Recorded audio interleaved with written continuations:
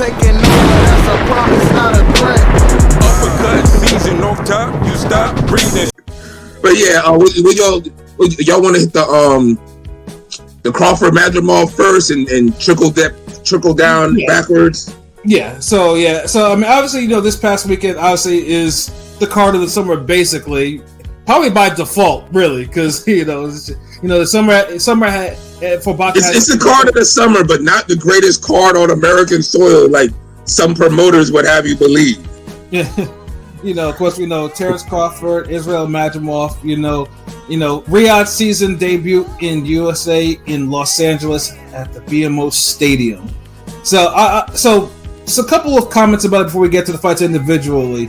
Number one, and like I said, I personally, I don't mind the long cards. Like, I mean, I've watched enough, depending on what they're doing and the fights. Like the 5-on-5 shit was probably the best. Turkey's best paced card, because that shit was just like, it was going, you know what I'm saying? And I love the shit, and I love the fuck out of that card and the pace. And then, you had the Joshua Wilder doubleheader. I mean, I like that card too. With the wasn't that bad in the Ring of Fire shit, pacing. Except when Turkey goes on the mic like a couple times on this one, but this one I think was a little bit too much in terms of timing and pacing. Like, number one, all them fucking cards are too long, bro. You just a fan, nigga. That's all. No, this one was too long even for me. I stayed up. I was like, God damn, But I mean, let's say, 6:30 to 1 a.m. Nobody should ever have to watch boxing that fucking long, bro. Nigga, for me, I watched the two prelims, like, at 4:30, bro. Nigga, like, you see, that's too much. Yeah, and that's the thing. Like, I mean, like I said, I like Turkey. Like, the cards that Turkey's put together, I like them.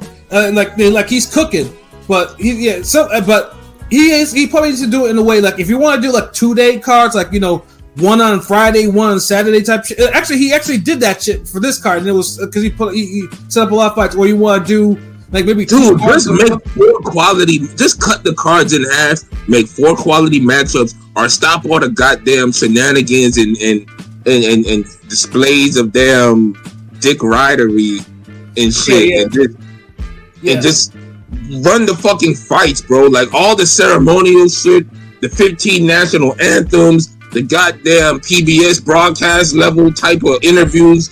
Just cut that shit out.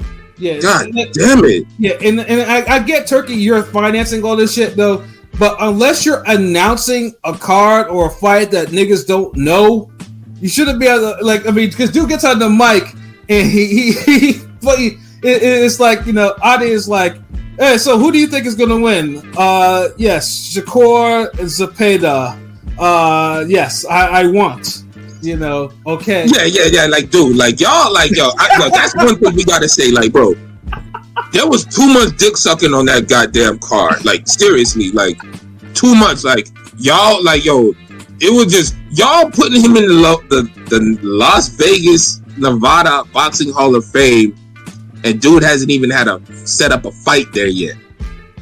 Dude hasn't even done. I mean, he's done it for. I can't say, because he was definitely behind. In 1 year, bro, he don't deserve no reward. Like, god damn, boxing is like Black Americans. We always want everybody goddamn fucking with us, and we'll just open doors for everybody. Like, yo, gatekeep some shit sometimes. But like I said, this is boxing. Money talks in boxing. When money talks, and that money is talking, screaming, yelling, doing tantrums. Yeah, like, he, like, come on, like, bro. Like, I mean, it's the reason why y'all giving cars away. I mean, I don't mind that. I mean, that's just like, but if you're gonna give, that's cool. Like, look, I'll always love and appreciate the shit that they do for the fans, because a lot of times the fans get forgotten about. But, like, I'd rather see a good fight over somebody winning a car, nigga. Like, I mean, and my thing is too, like, how you get like a car, really? Like, if you drove to that motherfucker, how you go? Yeah, I mean, he gave away a car and he gave away a trip to Saudi Arabia. So, like, yeah, get the fuck out of here, bro. Like, I would, like, punch a nigga in the face if they told me I won a free trip to Saudi Arabia. Like, what?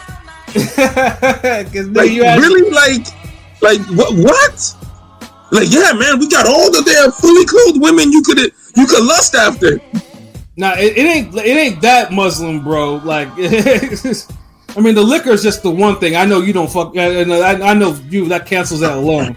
But that's the whole country canceled for me, nigga. Like y'all cool, but I don't have no yearning to go there. Like if a nigga, I'll be like, damn. So who want this free ticket? Like Saudi Arabia, you, the tall guy in the back, like you. Yeah, but if you're gonna give away the prizes, listen, if I get a free ticket, I'll probably be like, yeah, I'm eBaying this bitch. Like, dude, like honestly, you could interview 20 random people. I'll fuck it, 200 random people, and if you say put down a list of the 20 places in the world that you want to travel to. And it don't matter where it is. You want to go there, put it down. I guarantee you probably won't see Saudi Arabia on like any of these lists. Nigga, I guarantee you if 3 of them people were Saudi Arabian, there wouldn't be Saudi Arabia on their fucking list. That's what I'm saying. It's like, I'm like, yo, I would have been the nigga, I'd be like, yo, hey, why does nigga get the card? I get to go. Nah, fuck that. Them niggas could have been born there. They'll be like, yeah, I want to go to France. Hell no. Yo, and after this goddamn Olympic shit, I don't even know if I want to go to Paris or France anytime in the future. I've been to Paris. I'm not gonna lie, I heard the food trash in France. I've actually been to Paris, but by far the worst country I've ever been to. Is the food trash? There you go. You said what? No, the food is. I mean, I actually French food is fine with me. It's not the worst food I have. Believe me, UK food is worse, far worse than that. You know, but France, France was food wise was cool, but everything else was it's just a very dirty country. Where got better food, Louisiana or France, nigga? Louisiana, you serious? Crazy, a state has a better food than a whole goddamn country. Yeah, New Orleans, I couldn't live there because I know I'd be 350 pounds, nigga. France, I'd probably catch a tapeworm before I eat. Oh, hold on, my bad, yo. Salute Blazing Killer, what it do? Salute Ring Gang. Your Android. 40 minutes between fights. Fuck that. Yeah, like I said, I mean, if you're gonna do, I mean, Fight Things 2 is like, they had something with the celebs. Like, they could have, okay, look, the celebrities were there, interviewed them, cool. Like, have that there because, you know, they were there and they were interaction. But Turkey doesn't need like 2 or 3 interviews because if he's not announcing a new fight, he has personality. His personality is very blah, you know, like, you know, so he has the personality of a fucking chalkboard, nigga. Like, bro, it's very change the channel. What the fuck we watching type of shit. Bro, like the money don't unlame you, bro. Like, yeah, you got the money, you set up like that's good. Like, you don't need a pat on the back for every little thing, bro. Like, stop interviewing this nigga. Get your ass in a skybox, nigga. Drink your drink and sit the fuck down. God damn, like, bro, like if I ever get the chance to set up an event like this, I don't want niggas bothering me, interviewing me and shit. I'll be like, yo, bro, like, I'm trying to burn and watch this damn fight, nigga. After you pay all these niggas all this money, set up all this shit, come in your good suit, the last thing I'm trying to do is grab a microphone, nigga. Pause. Yeah, but every single one of these cards that he does, he gets on the mic, but like, he never announces anything. Like, it's just like, just shut the fuck up then. Or sometimes he ain't gonna announce nothing, nigga. That nigga probably at home right now rewatching the tape. Like, look, this one I got on there, and this one I said. Like, no one cares, bro. I think Crawford like, bro, we don't give a fuck. Yeah, like, we don't even want to see this fight, bro. Like, y'all told us how good and meaningful this fight was. Yeah, like, Rob, salute Rob, what it do? Oh no, wait, Blazing. To be fair, Rome, France is a bit of a mess right now. One of the worst Euro countries. I was trying to figure out what TBF mean. I was like, Throwback Friday. I was like, what the fuck is this? was like, what the fuck is he saying? This nigga said, all this nigga said CDF Rome. Like, what the fuck? I'm like, Throwback Friday, Rome, France. I'm like, this nigga rapping to me or some shit. So, okay, to be fair, okay, nigga, damn. So, hold on, is this still overrun by the Sharks? I'm getting old now, nigga. I don't even know. Is that canal still dirty? That's crazy. Oh, the river. I ain't gonna lie, like, yeah, because that whole we you know, niggas is getting old. Like, y'all can't. We don't be knowing every little new slang. Like, with that goddamn. And I told my sister about that goddamn the L7, and she was like, "Nigga, that's like a rectangle. That ain't no goddamn." When I looked at somebody typed it out, I was like, "That ain't no fucking square." Like, this is exactly what I'm talking about. Niggas just making up shit. Type shit. Well, no, Like, no one ever like looked at it like, hold on. Yeah, no, but L7 L and a fucking 7 is like some parallelogram, some geometry shit. It ain't no fucking square. Well, L7 really is old slang. It's not new, so like, that's actual old slang. Type shit. I ain't never heard that shit until that must be some New York shit. Niggas don't say that shit down here. You know what I'm saying? But then, but yeah, like I said, the whole car, like I said, the car, like the pacing, like yeah, for Blazing Killer, thank you, Blaze. I'm sorry, Pat. Thank you, Blazing Killer. Like, yeah. Never in my life have I heard it until King P brought it up. Well, I don't know. Blazing Killer's not an old cat, so I can understand why he wouldn't hear. Like, I heard of L7, but it's old slang. So it's like, that gotta be older slang than Trim. Yeah. It's definitely older. It's older than us, bro. It's way older. If it's older than Trim, then goddamn, ain't no one ever wrote that in a book for me to even know. Because Trim is like one of the. Hey man, you trying to get that red bone? Yo man, I'm trying to get that Trim. No one even. Trim is not that old because I knew that when I was a kid, so it's not that old. It but is that's old. the thing. Trim is repeated. Trim, you've heard people say it though. Mm-hmm.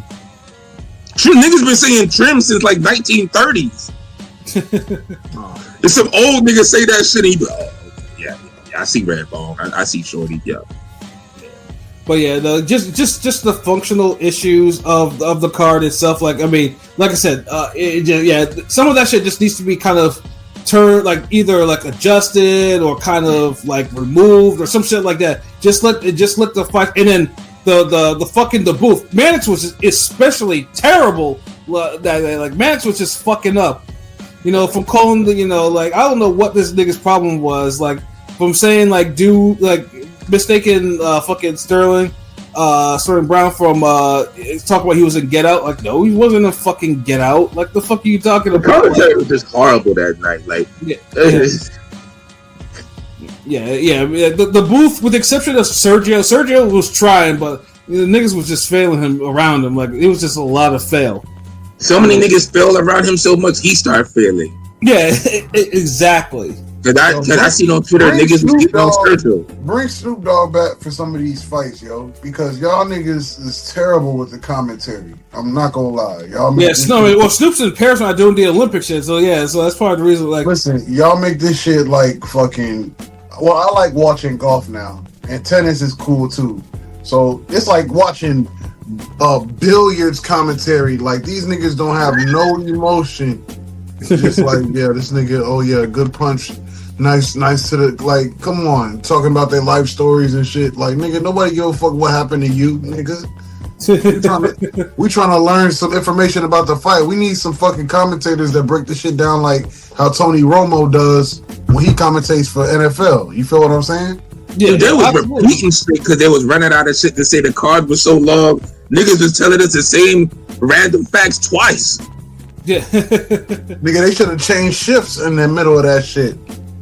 Yeah, honestly, I feel like that's a good fucking idea. Like, if you're gonna have an 8-fight card, the first 4 need to be commentated by regular, like a different team of staff.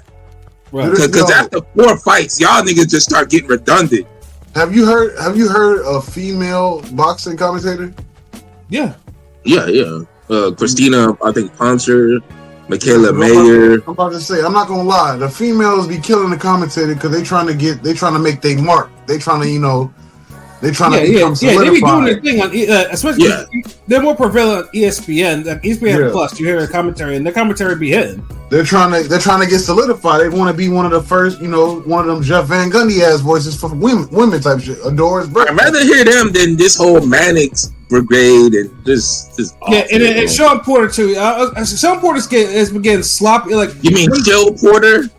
Yeah, that nigga be lit. I tell you, he be lit during the fight. If I can tell you, he loves not having the box anymore.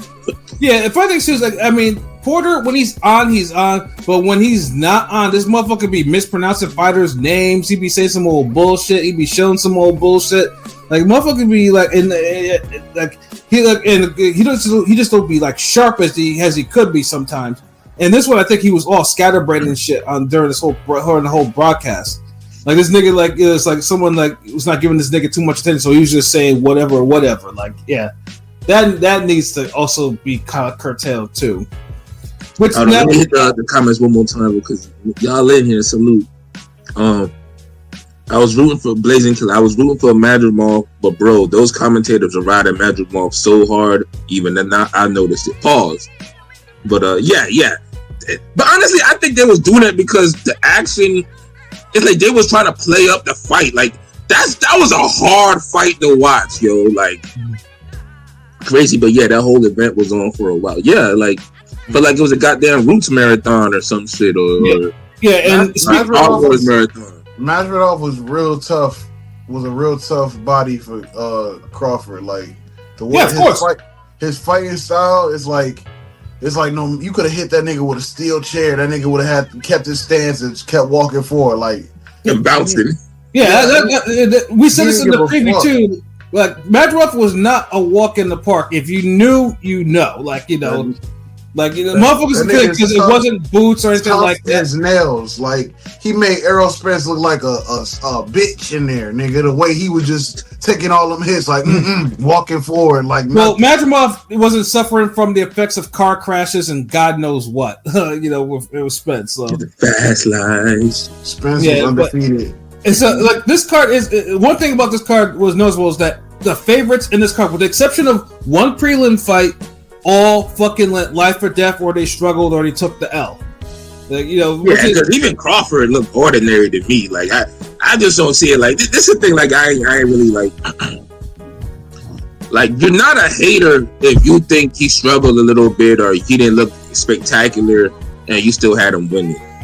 Right. I don't think it was a one of those could go either way type of fights like Hearn and some people. That was a clear definitely Crawford. 7-5, maybe 8-4.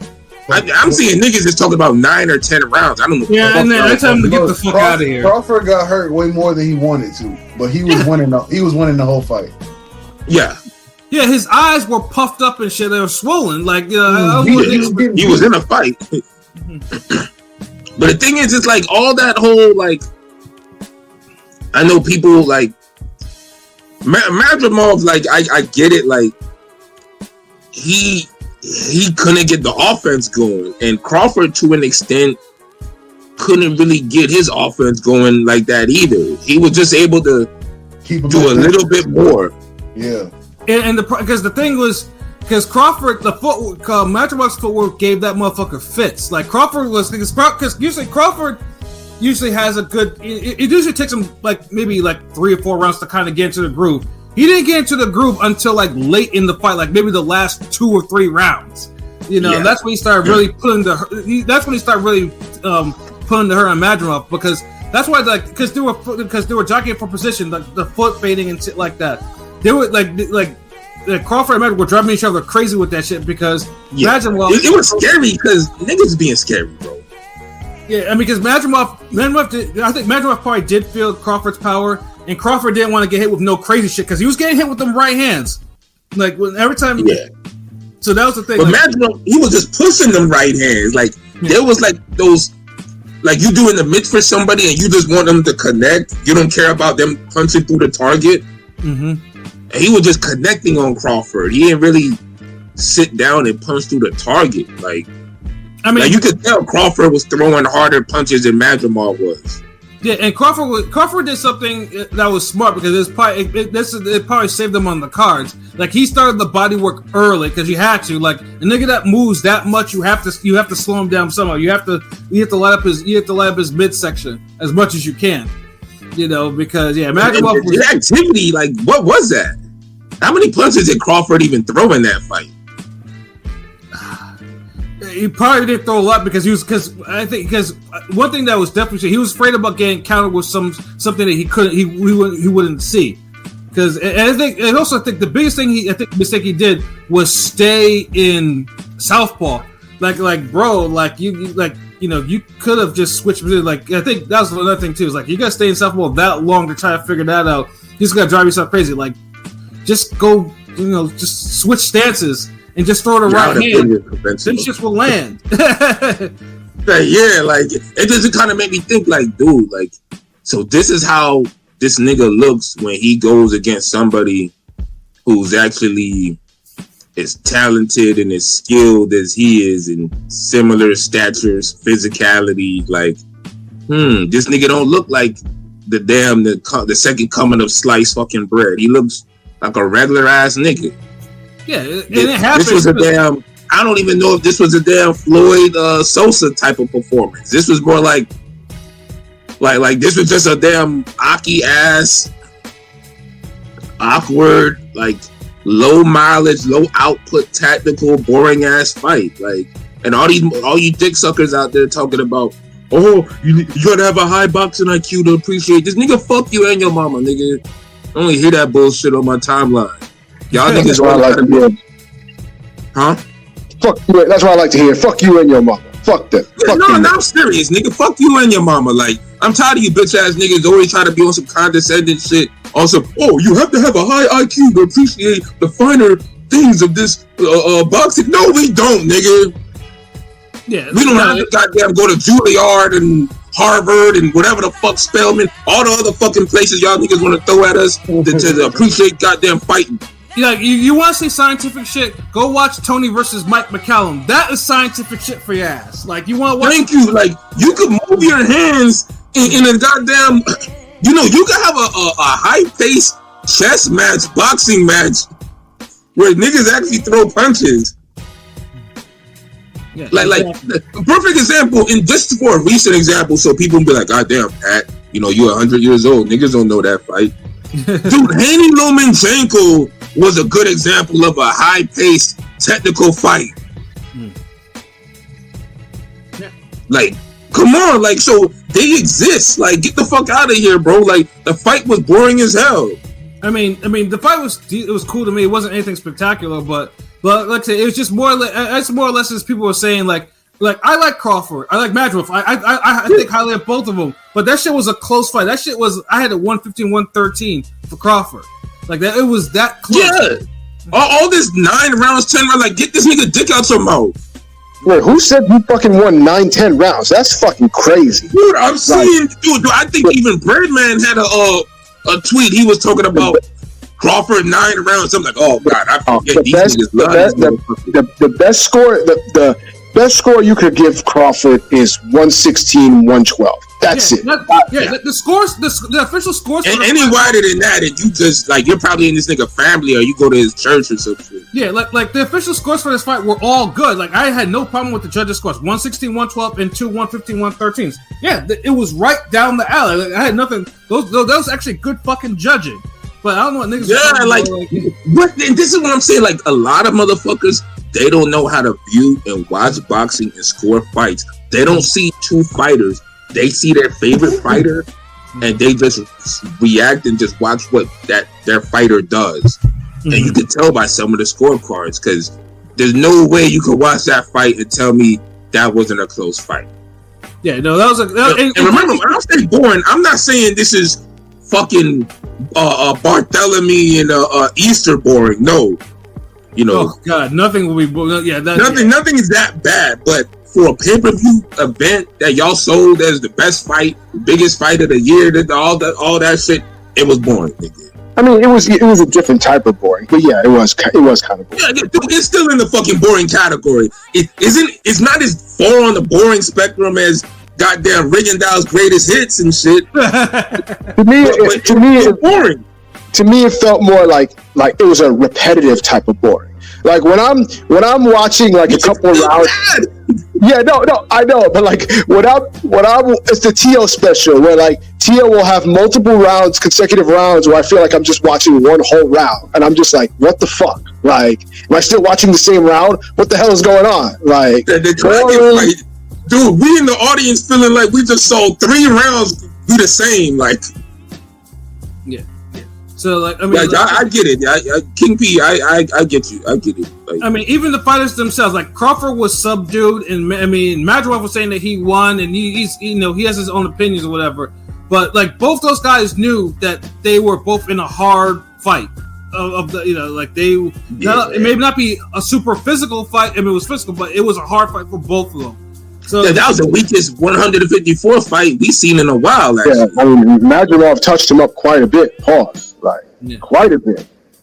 Yeah, it just like Bud face don't show as much as damn Madrimov though. Yeah, that's because that's the the melanin, but still he still got dotted up, like the eyes. Crawford's eyes were puffy, like the after the pics of him in the conference, puffy eyes, they're like swollen eyes. Like it was a hard fight. Madrimov got touched. Madrimov's face was swollen.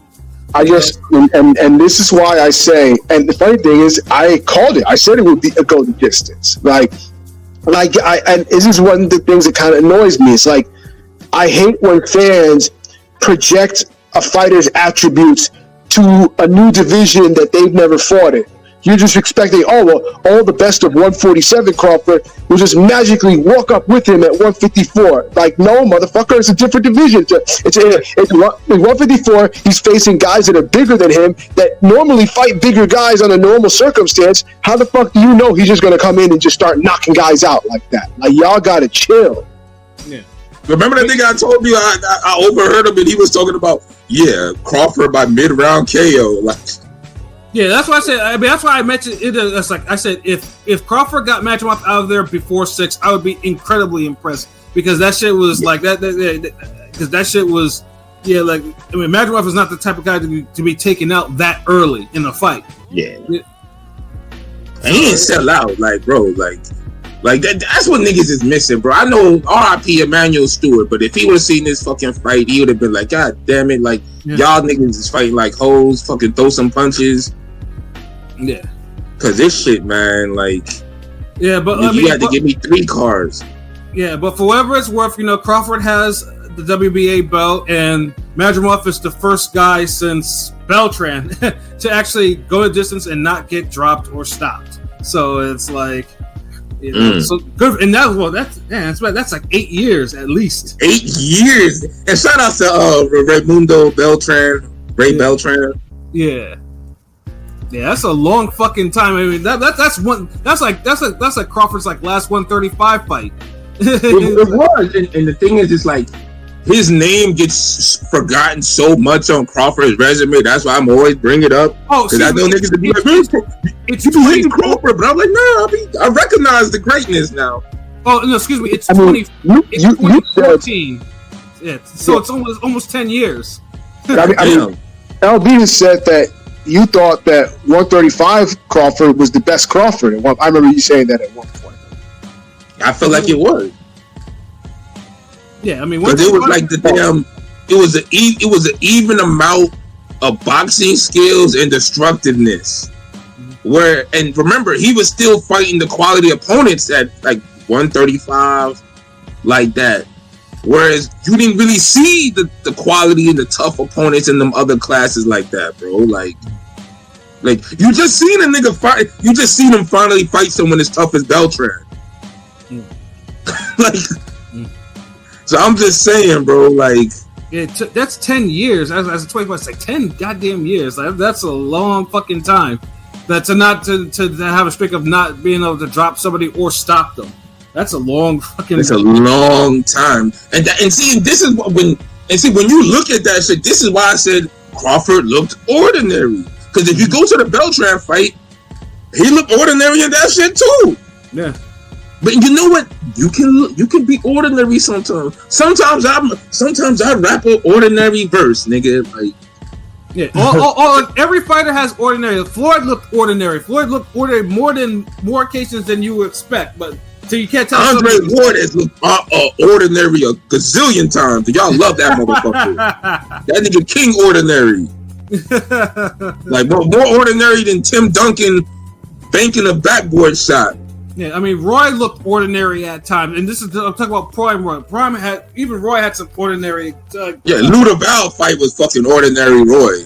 Yeah, like Sweet Pea had ordinary fights like that. Yeah. I still never forgot that Rivera fight that he probably could have lost that one, but he at least redeemed himself. But yeah, like every fighter has those ordinary. And Crawford is not the same. Crawford had a very ordinary fight, but he had enough skills, enough grit to get the victory and get the belt.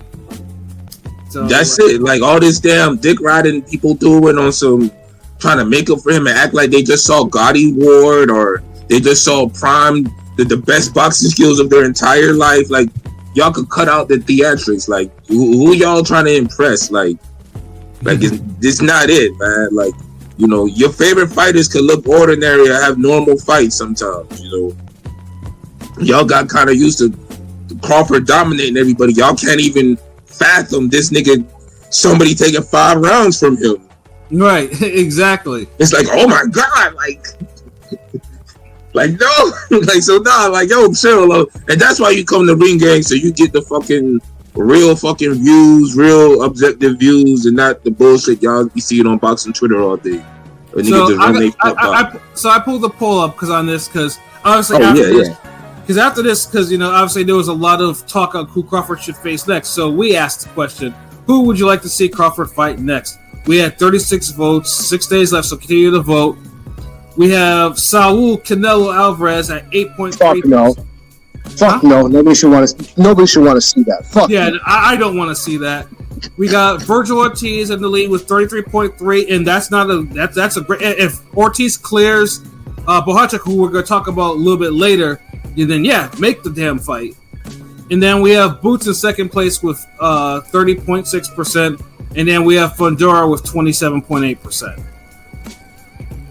I mean, I voted Fundora. I voted Ortiz. I voted Ortiz. Like it's the best fight you could make. They already got history. That's literally the best fight you could, like. Honestly, I know people was trying to be like Madrimov is the best at 154. Like that's I know bullshit. Y'all love that's Crawford. Fucking bullshit. Yeah, it is. That's what I'm about to address. That, my nigga. You already see where I'm going with this. Like y'all want. Like I know y'all love Crawford, but y'all I'm not even willing to entertain that bullshit. Like, get the fuck out of here with that. Like, that doesn't even sound like anyone has no best. Yeah, there's no best at 154 yet. Like, I mean, ever since Charlo left. But ever since Charlo left, it's kind of like there's 3 or 4 Mr. Bet.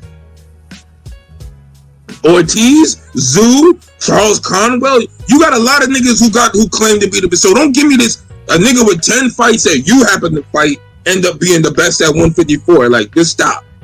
Like, y'all niggas be so fucking damn disingenuous with this shit. Motherfucker with 10 fights is now the best. He's the litmus test at 154. Get the fuck out of here. Y'all do anything to be hyping niggas up for no reason. But Madrimov did earn his hype. Madrimov is a he did. He earned it, but to say he's the best is like overdoing it. Like, if you was to say Madrimov top 5, okay, no one's gonna complain. But don't tell me he's better than the other niggas who got bigger names. Like,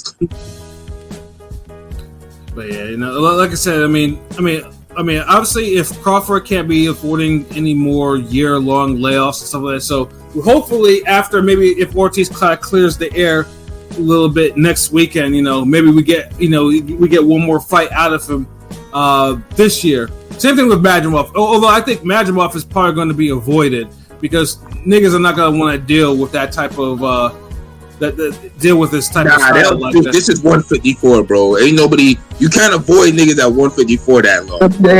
There's only so long you can run from an actual competitive fighter at 154. And I agree with both of you on that though. But I have a feeling though, if there's no real reason to put their fight in the ring with Madrimov, they probably won't. but think about this too. Why would you want to fight Madrimov now? Why would you like? Because look, think about it.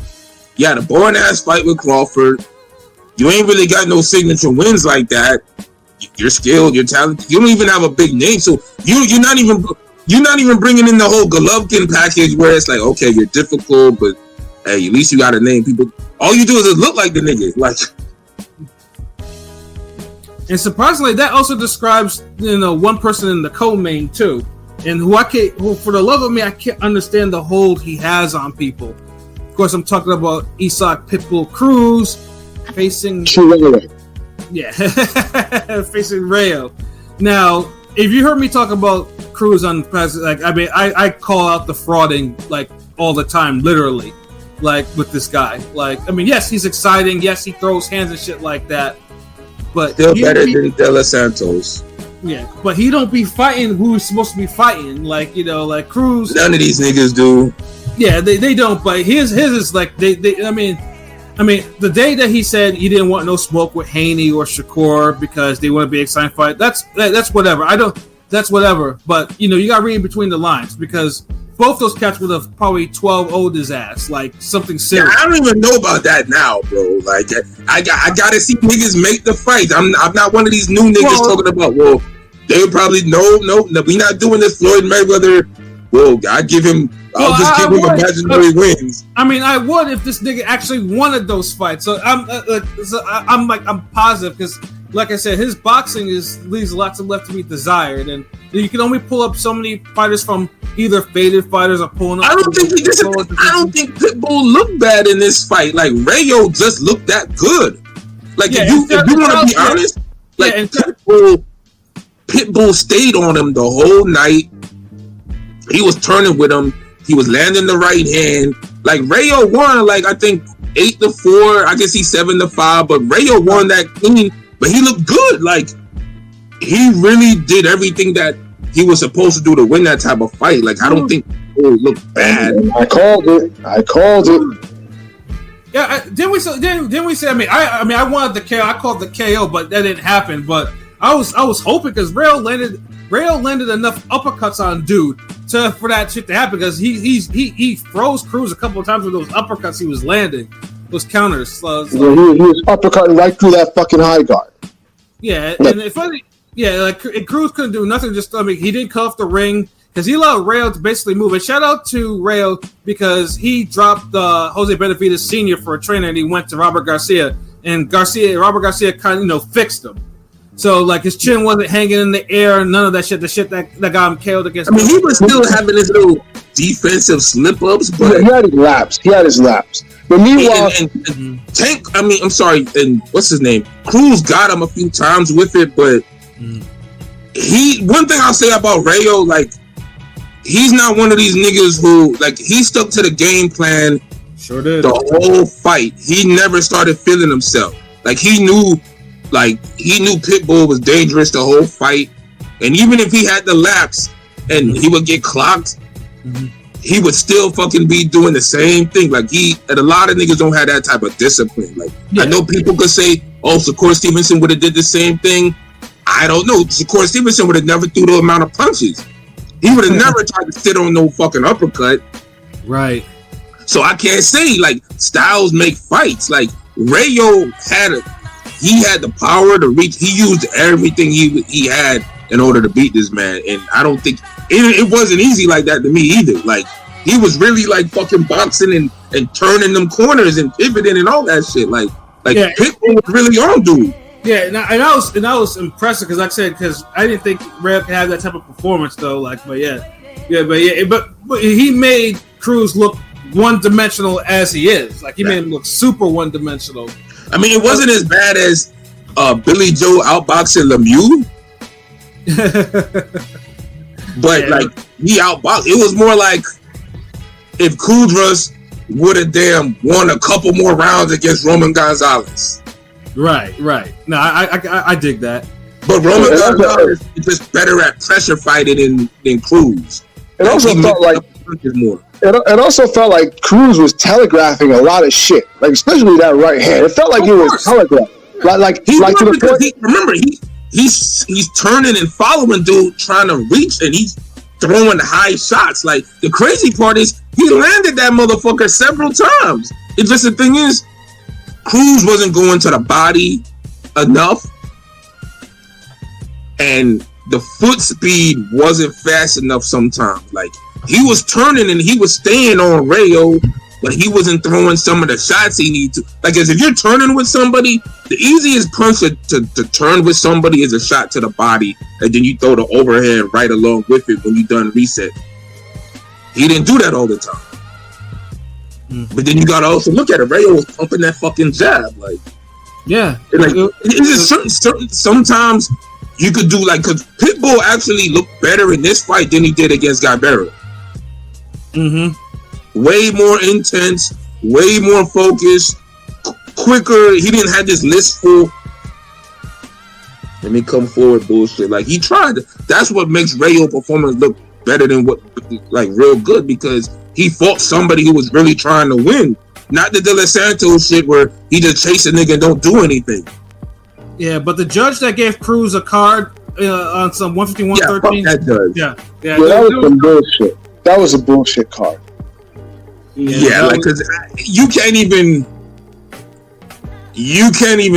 like, if you had Cruz winning, then you probably had Cobra winning the first Rayo fight. That's how bad the judging got to be. No. I mean, your judging was bad for that fight, nigga. Like, what can we say? You double down on it. It's cool. Yeah, I'm gonna disagree, but whatever. It wasn't. I mean, it's cool, bro. Like I said, okay, like that score for Pitbull was almost as bad as was just as bad as that fucking score for Andy Ruiz. That was some bullshit scoring right there. Oh yeah, we're gonna get into that one too. But that was horrible scoring. Like, goddamn, this, like, honestly, like, I hope the same judges ain't scoring these fights, because they need to switch out the judges too. Yeah, but commentary get tired, judges get tired. But before we go on to the next fight, though, like, first two more things. Number one, fuck the rematch clause. I don't want to see Cruz Rayo 2 because it wasn't that close. It wasn't that competitive enough. Nah, it was competitive. Like, I could see a rematch of that. Like, that's only a few adjustments, like, for Cruz to make. Like, I'll see a rematch of that before I see a Crawford Madrimov rematch. And then the crowd, I don't know what it is about Cruz, but he had the fucking crowd in a trance. Like, they were booing. Yeah, they listen. As someone who went to a Pitbull fight, I went to Pitbull versus Tank. Like, them motherfuckers love them some Pitbull. Like, it's crazy. He had fans even back then. It's only grown since. Oh my God, a cult. Yeah, like, you saw him get outboxed. You should want better. Y'all missing the effort. Y'all are so in love with the goddamn outboxing, and you're not seeing that this nigga had him. He was right there with him the whole fucking fight. Like, that's what the crowd want. Like, y'all missing the forest for the trees. Right there with him, but couldn't capitalize half the fucking time. Yeah. But right there with, like, dude, the man still won like a 116, 112. It's not like he just got so. It wasn't like y'all niggas is acting like y'all saw Kawasaki Lacey. I mean, like I said, though, there's only so many times you can fraud. Like, you should have fought. I mean, he was right there with him, like Rayo was with Colbert in that first fight, I guess. Like Cruz, he could have fought Barroso, he could have fought Kenneth Sims, he could have fought a live 140 nigga instead of dragging. And honestly, that's a multiple 140 niggas. All these niggas could fight other better people, and they haven't. Like, I'm not just gonna hold that to Cruz. Like, yeah, no, but like, Cruz did piss us off with the whole like Cruz fucked up his momentum after the Tank fight. Like, that's a fact. Just like, and I said Crawford fucked up his momentum after the Spence fight. Like it happens. Like, it just Crawford went back in there with a top guy. Cruz was just fucking around. Then he finally gets in there with Guybera, and then he don't look good.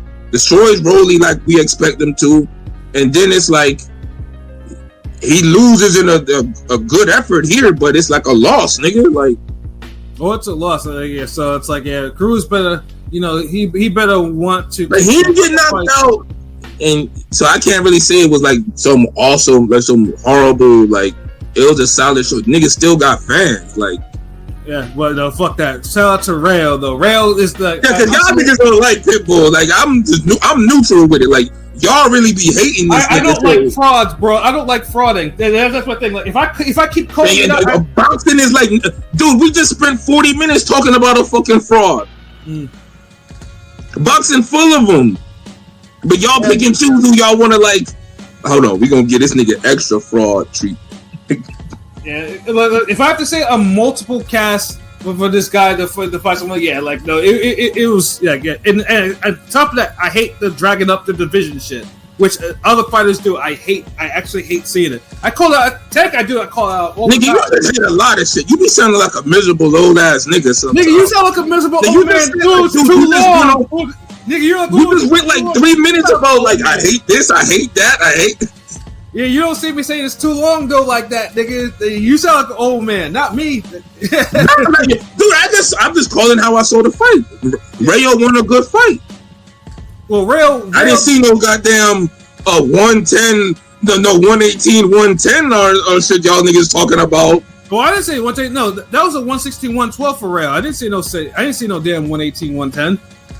Yeah, no, Rail, but Rail, like, he did what he saw. Like that was the boxer gods talking right through that motherfucker. So like, so they're good for Rail. Now I hope Rail decides to fight a live 140 niggas, then doesn't do the other. He earned the Tank fight. Yeah, I know. That's what I keep hearing. I think now it's like because he did, bro. Like what is it's like? See, this is the thing that this where the hate come from. Like no, y'all, I didn't say. It's like y'all love a nigga, but then when you bring a Tank element into it, then it's like. Like he did good, nigga. I said that's what I heard. I didn't say anything more. I didn't give an opinion. But the way you said it, like I could tell, like you're like, damn it, I don't want to see Rayo versus Tank. Yeah, I think I thought it because Tank is like. Hold on, fuck you. Let me just ask you, nigga. Do you want to see Rayo versus Tank next? Yes or no?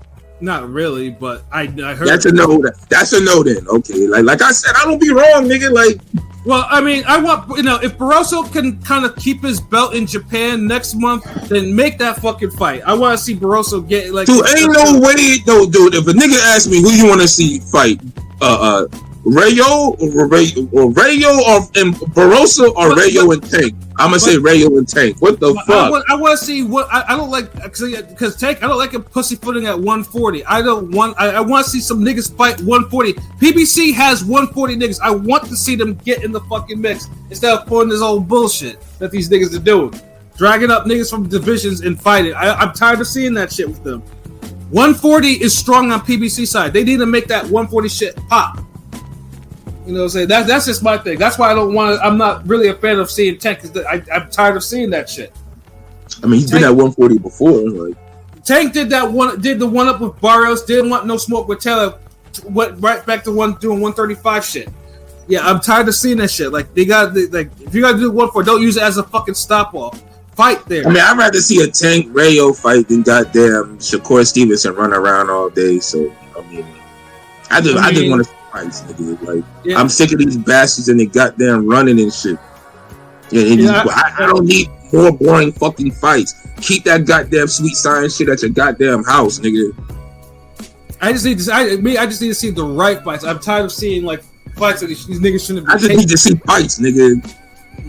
The right fight, damn sure ain't no goddamn Canelo Berlanga or no Crawford Madrimov. Or probably I don't want to see Ruiz versus Big Baby Miller again. Like number one. I didn't care about this fight the first time. Y'all niggas are trying to sell me on these heavyweight fights. Well, one of them did pan out. The other one, this one. That was literally the best fight of the card, really. That should have been the main event. Like, niggas would have went home like, ah. Yeah, like, this is what kills me about Andy Ruiz. Andy Ruiz has all the talent in the fucking world, but his eating and his undisciplined shit keeps him at a constant state of mediocrity. Like, people took his fans, really. Like Ruiz should be a lot bigger, pause, than he, or pause or irony, should be a lot bigger than he is. I don't know what it is. Like, I mean, he can punch, he has a chin, he can box, but he just likes to just eat candy and just stay big for no reason. How are you out for 2 years and you come out at damn near your largest weight ever? Like, what is this? Like, heaviest weight ever? Like, what is this? 274. It's like he didn't train at all. And he was done after like 4 rounds. Like, after I saw him come out that car or whatever, one of them high-tech ass cars, and I look and it's like, God damn, this motherfucker looks fat. Like, what has he been doing? And he had shoulder surgery. Like, I mean, it wasn't like his legs couldn't work. Couldn't like seriously. Like, what are we doing with like this shit that kills me about it? I'm a fan. Like I tell all the time, I'm a fan of this dude's fighting, but I just can't stand the fact that he eats himself into mediocrity because he can't control himself. And now that pilot? My bad. And now that he's made like $20 million, $30 million, it's just money's just enabling this. Like, he's only fought 3 times since he lost the belt, or when he won. So excuse me, when he won the belt, and he's looked terrible all these fights. And this fight, he gassed after 4 rounds against Miller.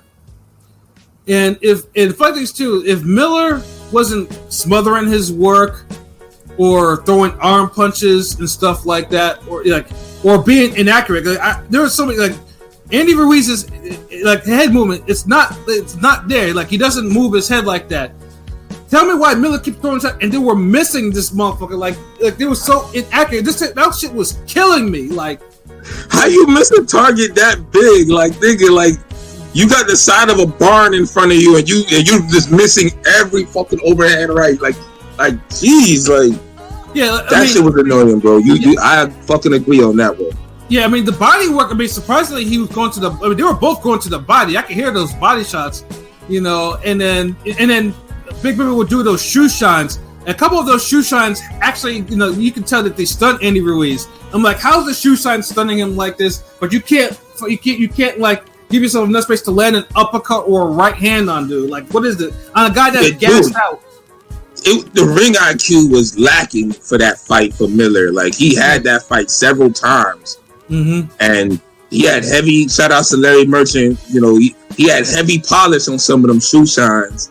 Yeah, he did.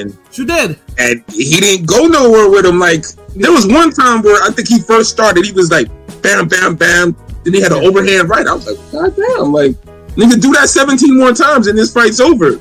Right. Nigga did it like maybe 3 more times. Yeah, because there were times where Ruiz was just like, you could tell that motherfucker was laboring, but he's experienced, so his experience got him through there. But it was just like he just give himself enough space to actually throw the accurate punches he needs. He could have probably forced a stoppage of some sort.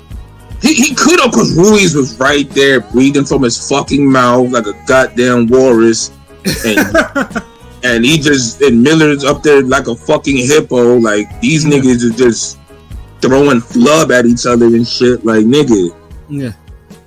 Oh god, like, but he still should have won like 6-4 or something. Like, it was a 12 rounder, so I mean, he won. Well, I mean, 7-5 or whatnot. Like, I mean, he won 160, 112, which I had no problem with. But the 114, 114 shit, I was like, nah. I ain't gonna lie, man. When a Mexican becomes A side, that plot armor be plot armoring. Yeah. I just, like, and I'm just being honest. Like, y'all could, name being no racist or nothing, but like, some of y'all get that plot armor. That's why niggas was calling for the Rayo KO on Cruz. Because you see, it's hard to win a decision on Cruz. Yeah. So I get it, but yeah, like, Andy Ruiz, I don't know why he gets so much love on these goddamn scorecards sometimes.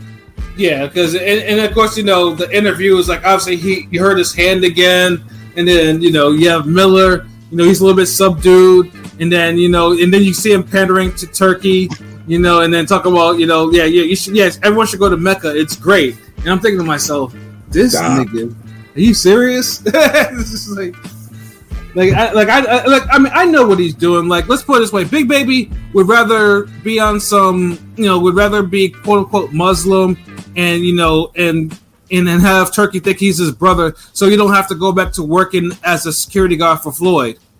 You know what I'm saying? It's true. I mean, stealing cars from the goddamn Hollywood dealer down the street, like. Yeah, exactly. Like Big Bill got $450. At least that's what per the commission, $450,000. But he probably got a little bit more. So he's getting paydays he really shouldn't be getting at this point, especially after failing 2 drug tests, like high profile drug tests, and getting into all this fucking trouble. But yeah, I ain't gonna lie. Some niggas is like they just destined to be damn looked out for or some shit. I don't know. It's like that nigga's like he's getting hurt from the fucking Wire vibes. Like no matter how he fuck up and fall into a better opportunity. Yeah, exactly. And now of course because he's converted to Islam and Turkey's Muslim. So yeah, he knows where his bread is buttered with this one. So I get garlic buttered. Yeah, fact. Like they put everything on that goddamn bread for this nigga. Like he need to stay away from bread. How these niggas be blowing up like that? Like jeez, like. Yeah, well, yeah, I mean, like I said, he actually dropped weight. He was 300. Like he dropped like 30 pounds. Now the motherfucker needs to drop like at least another 55 or 60 at least. That's what I'm like. Honestly, like I feel like if Miller gets to 280, I think he'd be cool. Like I'm not one of these people like, man, you need to drop a whole 50. Like I think I think he'll be able to operate at 280 better than Andy Ruiz can operate at fucking 280. Yeah, no. Now Andy Ruiz needs to go down to like 250, 260 or something. No, Ruiz needs to go to at least 240s at least. No, I'm talking about like immediately type. Like at the end of the day, Ruiz should eventually get down to like 235, 230 type shit. But if we're talking about next fight, like focus on dropping to damn 250 or 260. Like you got to drop 15 pounds or something, bro. Yeah, I mean, he won the belt. He was in the 260s when he won the belt, and he was in shape, and he actually fought like he actually was in shape. All this shit these niggas doing is like ridiculous. Like now, and this job. And the funny thing is too is like with the other heavyweight fight too. I thought that added bulk of Bacoli would actually be a hindrance to Jared Anderson. No, it definitely was not. I mean, honestly, that was the fight of the whole card. Like, and that was a hell of a slugfest. But man, Bacoli, yeah, like the funny thing is too is like it's amazing how the heavyweight division kind of moves. Has been moving. I'll give Turkey one thing, that the heavyweight division is moving. It has motion. So like niggas are getting removed. Like originally, we were supposed to get Jared Anderson versus Deontay Wilder, but Deontay Wilder got knocked out by Zhang. So now Bacoli was penciled in, and Jared Anderson, as Jared Anderson's been getting into a whole bunch of trouble with the cops and his personal issues and the crying in front of Roy Jones and wanting to beat Jake Paul and talk about retiring by the time he's 27. A lot of not serious shit. I mean, his fight was unserious, but we'll get into that. Yeah. So yeah, like dude has been basically, he hasn't been. His head is not screwed on tight, and he had a lackluster performance against Charles Martin, and it's just like, what, and then fucking Turkey actually wanted him on this guy. So look, you fight on this guy, we'll get you Wilder or we'll get you another opponent. So. Got Bacoli, who is a much bigger fighter than he is, physically bigger fighter. Yeah, almost weighed 300 pounds. Sheesh. Yeah, that's a big boy. Yeah, and he turned Jared Anderson into Shakur Stevenson. I had to make sure I wasn't watching a lightweight in there. Well, except though, Shakur wasn't getting lit up like that. Like Anderson, he tried to run, he tried to back up. That was no, he didn't. he might have tried. He didn't do a very good job of it. I'm sorry. What'd you say, LB? I said if he would have fought like Shakur Stevenson, he would have won. Probably true that because I had one parlay on the Bacoli win, but I had a couple other words like, okay, nigga, I had to pull your arm to fucking make you put that parlay in. Yeah, you did. Like, y'all don't know. I was literally giving voice notes to Pat, like, bro, like, Jared Anderson be in the head case. McCauley got power. Them odds, he's big. He'll step to him, dude leave. I'm like, go. Yeah. I mean, I'll be honest. The only reason why, like I said, the only reason I didn't pick McCauley, it wasn't because of I'm like so high on Jared. I didn't believe in McCauley. My reasoning was always that McCauley's now always coming in out of shape, and it's been 10 months since he's fought, and he probably won't be in the best condition. That's why I thought Jared would get a decision. He proved me wrong there. So, Yeah. not mad at him. Yeah, but Coley, for these two is like his highlights are now all over ESPN and everything like that because the uppercuts that dude that was landing on Jared, like there was that one. He almost took his head off. Yeah, it was like, yeah, that was the one. Yeah, the uppercut that had him, like that put him underneath the bottom rope, and Turkey's just looking at this nigga like, get your ass up, like, what are you doing? Like this motherfucker's hanging on the apron. You know, it's like, and I'll give him credit that Jared Anderson, he got his ass up. All those knockdowns, he got his ass up, but his defense was just shit. I don't know what he decided he was going to eat he was going to slug with dude and eat every punch in the book. Yeah, I mean, I'll give Jared his credit. He got heart. I'll say that. If nothing else, he got heart. He almost had his fucking head leave his body on some Mortal Kombat shit. Yeah. Yeah, because McCauley was hitting like, and people were it's like it's funny too because he was hitting so hard. Like I was reading Twitter comments and IG comments, and motherfuckers is talking about Jared Anderson shouldn't even be in the ring with dude. Like he was too big. And like people, this is the heavyweight division. Jared Anderson is 250 pounds. He's a big fucking heavyweight. That's not a disadvantage. McCauley just is like he's like 290 or whatever. Like that's not like this is heavyweight division. If you're over 200 pounds, you can hurt other 200 pounders and 300 pounders. We're not that far removed from Big Baby Miller getting KO'd by Dubois, and Dubois was like 95 pounds less than that motherfucker. So like this is the heavyweight division, people. Like there's not super heavyweight. We don't need another division for super heavyweights. Like, you know, the higher the weight is, the more of a disadvantage it is for the heavyweight. For that matter, like you can't be that. You know, like you know, the bigger you are, you're not that effective. Like people like Tyson Fury are unicorns in this aspect.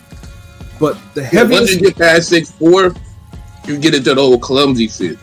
Yeah, exactly. I mean, he's such a unicorn. He lost to the much smaller guy.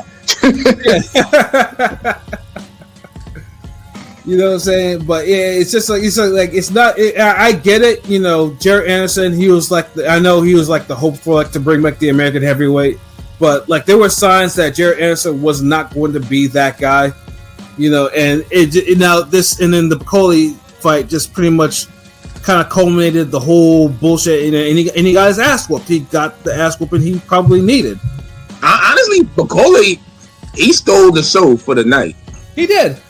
He won the fight, won the event. Like this was his coming out party. Like yeah, sorry Crawford, I know this was your show, but like McCauley, you know, he high key took that. He low key. What I liked about McCauley was, and I actually kind of felt this like recently, but I like that McCauley. He throws a lot of shortened up, compact, powerful shots. Like he doesn't really throw punches like you would say a traditional heavyweight. Like the combinations, he was looking like damn like Marquez in that motherfucker. Mm-hmm. When Marquez is fighting for his life, right? But the thing is, McCauley was never fighting for his life. He was just in there like, wow. Wham, wham, wham, wham, wham, like I was doing the mix with a friend of mine a couple of weeks ago, and he's like 6'6" and like maybe 280 or so, or 290, I believe that around. Yeah, but up there, and he was throwing all his shots were like compact, short, like McCauley's, like. But McCauley's were just quicker, so I can't front. Like when you get someone who's not really extending their punches and they're keeping mid range and they're throwing quick and they're compact and they're powerful. That's one of the hardest type of punches to deal with. Yeah, coming from a bigger dude. Yeah, when a bigger dude is punching like that at you, he knows what he's fucking doing. Yeah, like, and not every big guy punches naturally punches like that. Yeah. And some of them have to be taught. Some naturally do it, and some just good at it. Like some naturally do it and good at it, like Bakole. Yeah, like I mean, see, Big Baby Milk actually learned from that because Bakole he learned his spacing and got off his shots. Clean, accurate, shortened up punches that hard, accurate shots. Yeah, sneaking in, dude. The first knockdown. Yeah, uppercut. Yeah, that was like some Jamel Charlo shit. Yeah. Then he cocks it back and throws an overhand right. Doesn't miss, lands it. Mm-hmm. And this is about the longest punch he threw in the fucking fight. Then Anderson going straight back in a straight line, which is the cardinal sin. Bakole even goes and throws and lands a jab. Mm-hmm. Which sets him up to get hit with another straight right. Yeah. Turns Anderson around and knocks him into the corner. Yeah, I mean, it was just precise punching by Bakole. Like Bakole. When the last time you seen a heavyweight knock somebody down like that? Yeah. You know, like nigga, like you'd have to go to like an old Chris Arreola KO or some shit. Cause I'm just like, dude, like the cop, like, bro, like, man, listen, like, and this is why I said the whole Shakur. Nah, I'm sorry, Pat. Keep going. I'm sorry, Pat. Apologies. No, go ahead. No, I was like, this is the whole why I said why. If you would have fought like Shakur Stevenson, he would have probably won. Mm-hmm. The thing is, you would have need a little energy. First of all, first rule he broke was he stayed in Bakole's range too early, too long. Somebody who's punching like that, and when I said the shortcut, like, and he's throwing real heat, mm-hmm. you need to let that nigga cool off. Yeah, yo, facts. Like, motherfucker, like, dude, like, hey, I'm just saying, like, dude,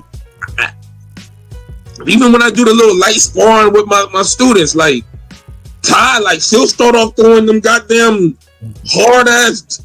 Even PJ replied to one of my stories on some, like, yo, that first shot had bad intentions on it. Like, you can't just be standing right up there with niggas. Like, right. You better be fucking slipping and moving and circling, and I ain't saying get your damn Laura on or Shakur Stevenson on, but you gotta turn and let them miss and throw some of that energy out. Right. So that's one thing he didn't do. Second thing, when you do that, you just can't do it to do it. If you trying to establish the jab and you trying to turn them, you gotta have that good first step where you can get on the outside of them easier. And when you do that, you can land the jab. Mm. He was jabbing with him sometimes, but he was standing right in fucking front of him. Yeah, too fucking long. And too fucking long at that. And trading with them. Like, that's like... He was landing like 3-1, but it's like, dude, why? Mm. Yeah, it's clear that Bakole could take the punches. Yeah, but that's what too, because Jared, like, I was like, if he had just moved just a little bit, like, he would have not got tore up like he did. Probably like, when he got knocked down like the second or third time, like the fight was pretty much basically over. The referee should have just called it, but the referee let him take that little extra punishment on the ropes, and then he finally was like, okay, yeah, I'm what. The ref was making sure like a motherfucker. Yeah, because Bob was there, so. He was like, yeah, I was like, you know what? Like, I'm not gonna stop this fight unless dude's about getting ready to die, or getting ready to has had to be knocked out of the ring, which it was. I think it was a good stoppage. This heavyweight boxing, you know, and the fight was competitive enough for you could give him those chances. And Anderson always got up and responded well. So I think it got stopped at the perfect time. The other mistake Anderson did, and that was just on the offensive end. Defensive end, and we all know this one. He kept fucking. He'll hold the R1 button and he'll do the joystick with the thumb on the right hand, and he kept going straight back.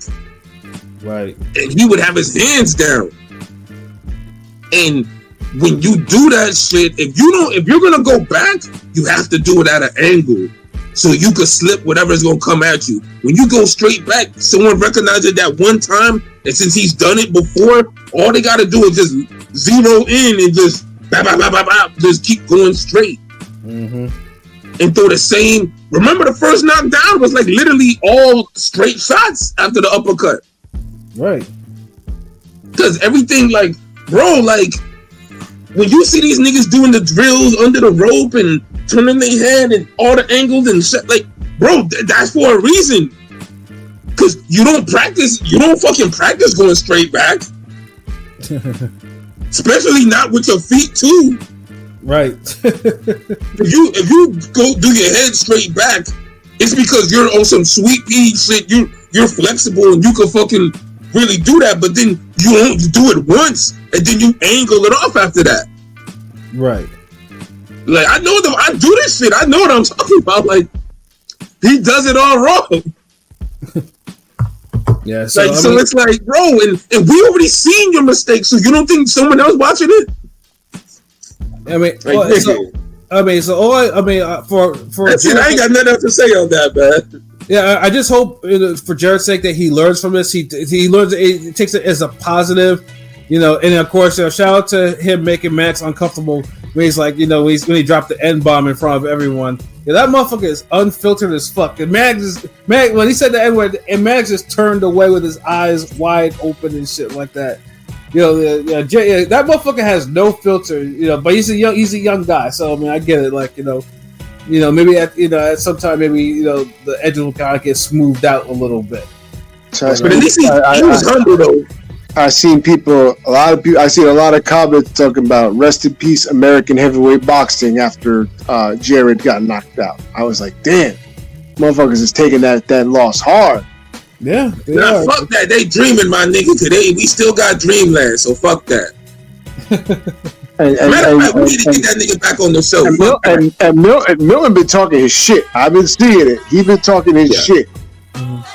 Now that's why I honestly want him back, because I thought about it. Because remember, we all said like, yo, like, you ain't ready now, but by next year, that's a fight. Like, and the way it kind of happened, it did kind of happen that way. But then it's like, you know, their careers going different paths and shit. But yeah, like, you still got Dreamland. Like, fuck that. American heavyweight boxing ain't dead. And Dreamland sitting there, he's seeing the same mistakes we seeing. Right. So it's like, hey, but at least he kind of spoke on it in the interview, and he know he fucked up. But, you know, knowing you fucked up and fixing it is two different worlds. Facts. So we'll see though. But goddamn, that was a great fucking heavyweight fight though. Real talk. It was, and but it definitely made up for the Morrell Hot Rod fight, where I was more impressed with Hot Rod than I was with Morrell. There was Morrell. I mean, Morrell he did his thing for about maybe 2 or 3 rounds. Another fight where another fighter fucking telegraphs that right hand all fucking night. All night, I knew Morrell was going to throw the right hand before he even threw it. Like, goddamn, switch it up. Yeah, and once Hot Rod got his timing down, Hot Rod would just box the shit out of him. Like, you know, like it would.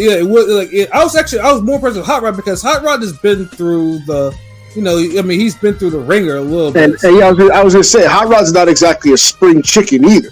Yeah, but he looked real unbothered to the point where Morrell started fouling. You could tell he was getting frustrated. He was, you know, all types of shit like that.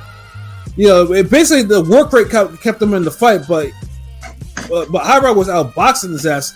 So I honestly thought that fight was a draw. Like, I don't think Morrell won that. It had drawish vibes, I will say.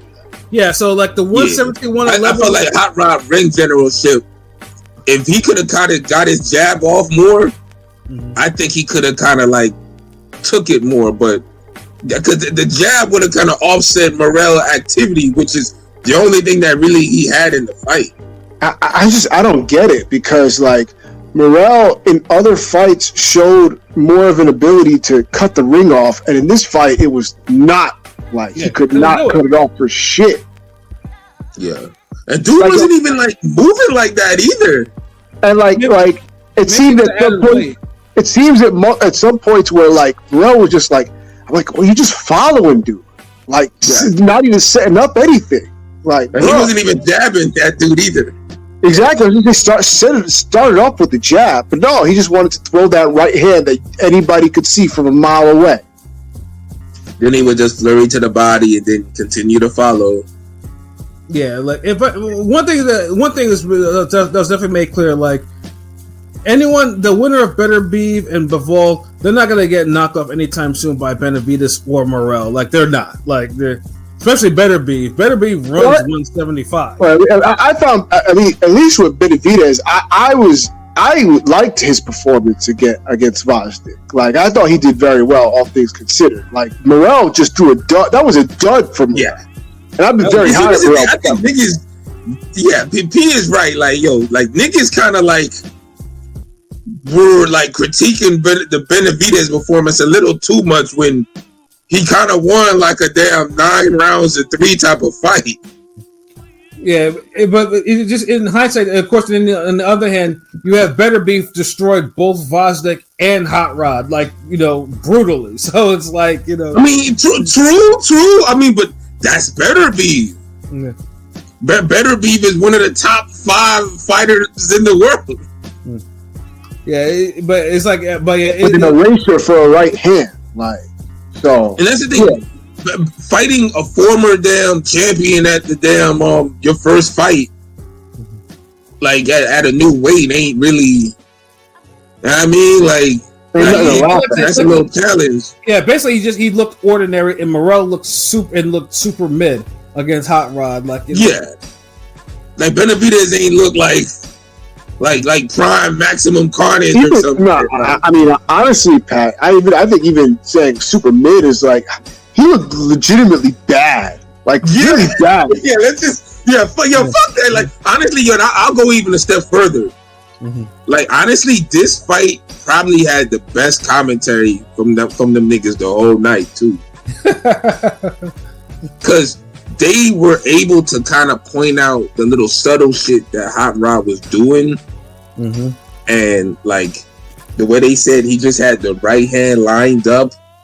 Because he knew dude is right there, and he was able to just land the right hand like crazy, like accurately. And because Morrell was on the front foot so much, and this is why they tell you don't lean over the front foot when you have your boxing stance up and your guard up. Morrell was doing that a lot, and he was falling for that shit. And that shit was landing because of it. And Morrell never really adjusted his stance or backed up and just kind of put his left hand out to really kind of nullify that. Right. And it's those little adjustments that you have to do, like when and this is why, like, you can't depend on your coaches and all of that. You have to study the game for yourself, for your own eyes. You have to spend countless nights watching tape after tape and learning and applying little shit like that. Like that defensive awareness was just not there. Like, it seemed like any punch this dude threw at Morrell's face had a 50% chance of landing. Nigga, you never bro, you should never ever have it where your opponent has a 50% chance of landing. Like, nigga, you see them odds? But that's what was happening. Like it wasn't a robbery, but it was one of those, like, the name guy got it. Yeah, well, but it should have been a draw. The scores were trash though, like 118. Yeah, scores were horrible. You know, that's trash scores. Like they didn't give Hot Rod credit for shit, but I'll say he this: definitely earned another TV spot. I'll say this. I mean, both fucking Cubans pulled a dud in this fight. Like, bro, well, Andy Cruz, at least Andy Cruz for him. Yeah, no. Andy Cruz kind of handled the knockout. business. The knockout saved. The knockout saved his report. He looked bad against Moran. Yeah, he did. But he was getting wobbled and hurt too. I'm like, I ain't gonna lie. Like, Keyshawn Davis might beat the shit out of him now. Like, hold on. Like, but and I will say too. But then this fight reinforced to me though that Cruz only has 4 pro fights, and he's getting pushed aggressively. So shit like this was going to happen at some point. Nigga was looking like Campbell Hatton in there. Yeah, like when Morrell made him do the snake leg, I was like, oh shit. And nigga bouncing off the ropes. And Moran didn't even kept he didn't even step on the gas. Like, he had him hurt, and he just stood there and let him regain his bearings. Like, no, but this facts. But it's like he buzzed him maybe 2 or 3 times. Mm-hmm. Oh no, I just feel like real bad. Like, damn. I just feel like Bozy has got fucking. The way Bozy's been coaching him, I feel like he's too comfortable now doing these things where it's like, these are some bad habits. Like, especially where he's trying to engage with Moran and not he got careless at times. Like, I don't know. It was just not a good performance. And Bozy wasn't really telling him shit in the corner either. That's another thing, too. Because I was like, yo, this nigga Cruz about to fuck up everybody's parlay. Like, and it's the first fight. Like, yeah. I know niggas would have just niggas would have lost their minds. Yeah, but thankfully, I said I give Cruz all the props in the world for actually, for trying to adjust and sending down his punches more, and eventually breaking dude's nose with a right hand, and then doubling up on his shots, which is because that combination that he used to get out of there was nice, because the referee didn't even want to stop that shit too, because I was like, yo, like Moran can. He kind of had to, like, yeah. the way that he was stumbling around, that was like Zab stumbling around against Zoo. Like, you can't not fucking call that shit. Yeah. That shit was crazy, because this nigga, he's like, no, I could fight. And he's just moving forward. Like, dude, like, you don't realize you're like already, yo, I ain't gonna lie, that was some Fist to the North Star shit. Like, nigga hit him too hard. He didn't know he was dying. He's just falling, but he's still talking. Yeah, I was hoping that Andy wouldn't be one of the Cubans that just picked up bad habits in the ring. Oh, I'm sorry. But if this fight is entertaining, is that going forward? Fuck it. He'll tighten up, but he won't sit, man. Right. But at least good for him. At least, like I said, he got the knockout and everything like that he was supposed to. So, and I only have one more thing to say about this card too, and it's very minor, but I still need to say fucking long. This shit was fucking long. Steve Nelson looked good too. Like Steve Nelson, beat the shit out of old boy. Like, yeah, Steve Nelson was the only favorite that actually fought like the favorite, only one. And then they had the Saudi cat that Turkey brought over. He was 5-0, and he was faced against a 6-7 with 2 knockouts jobber, and that jobber put hands on him, and they had the same face with putting him in a draw. Turkey, if you're sometimes you might need to keep someone like that on, back in Saudi Arabia, because that dude was not ready for no American lights, and he wasn't ready for that jobber who put his foot in his ass.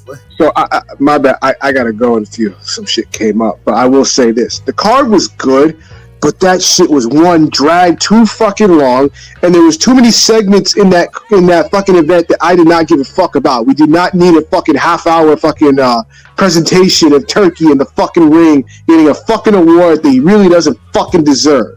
That shit was so fucking stupid. And no Eminem concert, bro, and I don't even hate Eminem, but that shit did not fit. It just seemed it was completely out of left field. It didn't seem like it fit with the theme of that fucking card. Like it was just it was out of place. It didn't. Like, look, you don't need a Detroit artist at a West Coast venue performing for a Midwest boxer. like what are we doing here? Like, can we kind of like start like really like taking the entertainment part serious if you're gonna start doing this shit? Because obviously these niggas love these concerts here, and I don't know why. Like can you all start listening to the fans? that whole set could have been cut in half, like, bro. Like, it did not need to be as long as it did. It didn't. Like, this is my thing. Like, look, you gotta have the right artists for damn music events. For boxing events, bro. Like, Eminem just no, bro. Like, this is the thing. The only time it might be tolerable if you did it where Eminem does Lose Yourself right before the fight and it starts off like, niggas just need one song if y'all gonna do it. We don't want concerts. God damn it. If you were gonna do a concert, why the fuck didn't you just do Kendrick Lamar? That would have made a lot more sense. Thank you. Like, you're right there. Kendrick buzzing. You already said Crawford name. Like, y'all had an alley-oop and y'all missed it. Fucking missed it. If y'all would have just had Not Like Us, Kendrick Lamar right there, dude, the car would have got boosted. Y'all didn't need nothing else. Y'all just need one song. Mm-hmm. Me personally, I only want to see like 3-6 Mafia, Project Pat type shit like before fights. Like, I don't need anything else. I don't need no bullshit, no light show off. Like, just give me some hype shit real quick. Get the fight on. Like, fuck these goddamn concerts. Yo, facts. Yo, I think they probably put up from the Triller shit like that. I think the only time a concert really worked is either unless the rapper is doing like Roy Jones when he was doing it with like, you know, with when he did it, or when DMX did it with fucking Gooseman. John Guzman, Yeah, so but that's the thing. It works for like the walkout. Like, we don't mind for the walkout. Or we don't need a whole fucking half hour of that shit. Yeah, like, dude, like, if it's an extended walkout, like a dude before half his song and then the second verse or whatever, boom, or he perform a song and then on the second song the walkout start. We don't mind. Like, there's creative ways y'all could do this shit. Like, we love a good show and all that, but like, y'all gotta understand, like, y'all gotta listen to the fans. Like, we don't want 30-minute concerts, bro.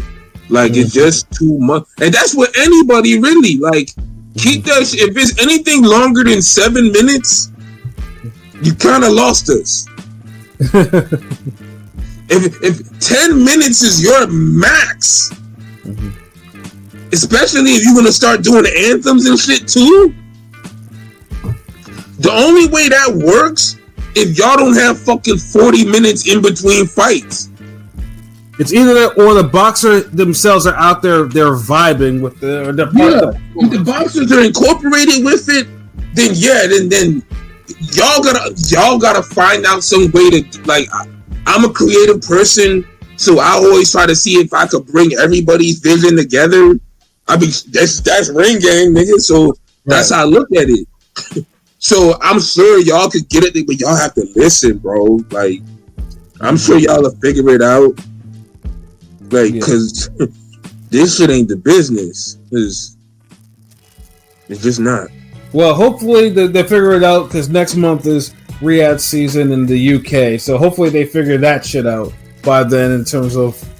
and hopefully we'll get a whole Sweet Caroline concert, even though I know they're going to play that shit. But hopefully we don't get a whole... Fuck no. God damn. Retire that fucking Sweet Caroline shit.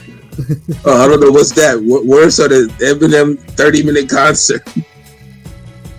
They might be both bad equally. It might be a Twitter poll future. I